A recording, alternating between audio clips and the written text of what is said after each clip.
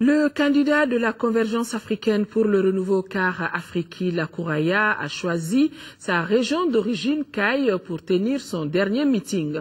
Devant ses partisans et par sympathisants venus de tous les cercles de la région, Cheikh Boukadari Traoré a promis d'œuvrer pour le développement de l'agriculture, l'amélioration des systèmes éducatifs et de santé par la construction d'écoles et d'hôpitaux. Nous retrouvons depuis Kaï le compte-rendu de Jafar Aïdara. Le candidat Cheikh Boukadari Traoré de la Convergence africaine pour le renouveau a tenu son dernier meeting dans la capitale des Rails, sa ville natale. Devant ses partisans et sympathisants venus de 7 cercles de la région, le candidat a exposé son projet de société qui est basé sur l'éducation, la santé, l'agriculture et la sécurité.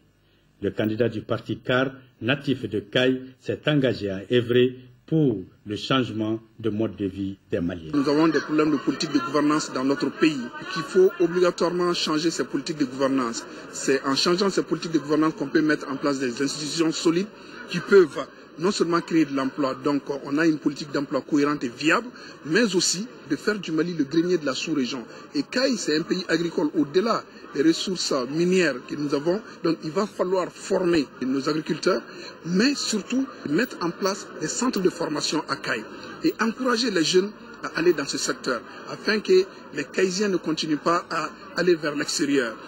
Si on a tout ce qu'on veut dans sa communauté, il n'y a pas une raison d'aller à l'extérieur.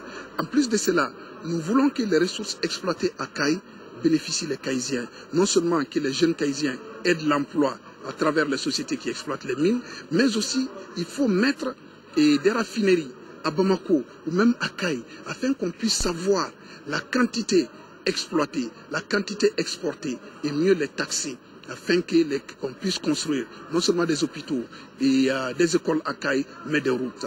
S'il est élu président de la République, le candidat du parti CAR promet que sa première mission sera de lutter contre l'insécurité grandissante. Il réunira tous les acteurs concernés par cette question afin de trouver une solution durable à ce problème d'insécurité qui ne fait que du mal à notre pays. On a beaucoup de problèmes de sécurité aujourd'hui dans notre pays, mais la première des choses, il faut tendre la main à nos compatriotes. Ceux qui nous ont combattus, au fait, et ce n'est pas normal qu'on prenne des armes contre son pays. Mais nous leur demandons de venir à la raison, de déposer les armes. Quand on prend des armes contre son pays, on devient un ennemi. Il est temps qu'on revienne à la raison, il est temps qu'on mette en place une politique cohérente de stabilité dans notre pays, qu'on cesse d'acheter la paix comme on l'a toujours fait.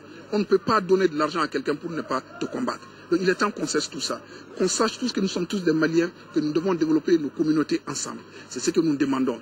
Le nouveau président de la République va mettre sur la table les accords de Ouagadougou afin de les améliorer, afin d'amener tous les Maliens autour de ces accords et avoir une paix stable et une paix durable.